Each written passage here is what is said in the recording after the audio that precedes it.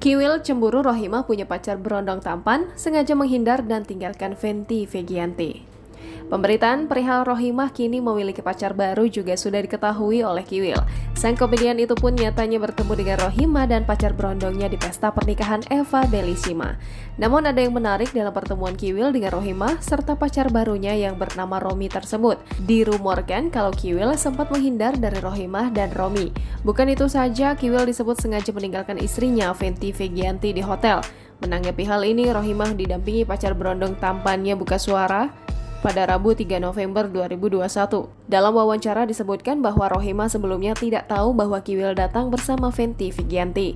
Sedangkan kabar bahwa Kiwil sengaja meninggalkan istri barunya itu di hotel saat resepsi pernikahan Eva Bellissima pun Rohimah enggan banyak berkomentar. Menurut Rohimah, saat ini ia tengah menata masa depannya bersama sosok Romi yang merupakan pacar baru. Ketika ditanya kebenaran kalau Kiwil sengaja menghindar bertemu dengan mereka, Rohimah pun mengaku biasa saja. Romi menambahkan bahwa ia juga sempat bersalaman dengan Kiwil. Selanjutnya, Rohimah pun juga mengaku tidak begitu memperhatikan mantan suaminya itu lagi. Jangan lupa subscribe, share, komen, dan like ya!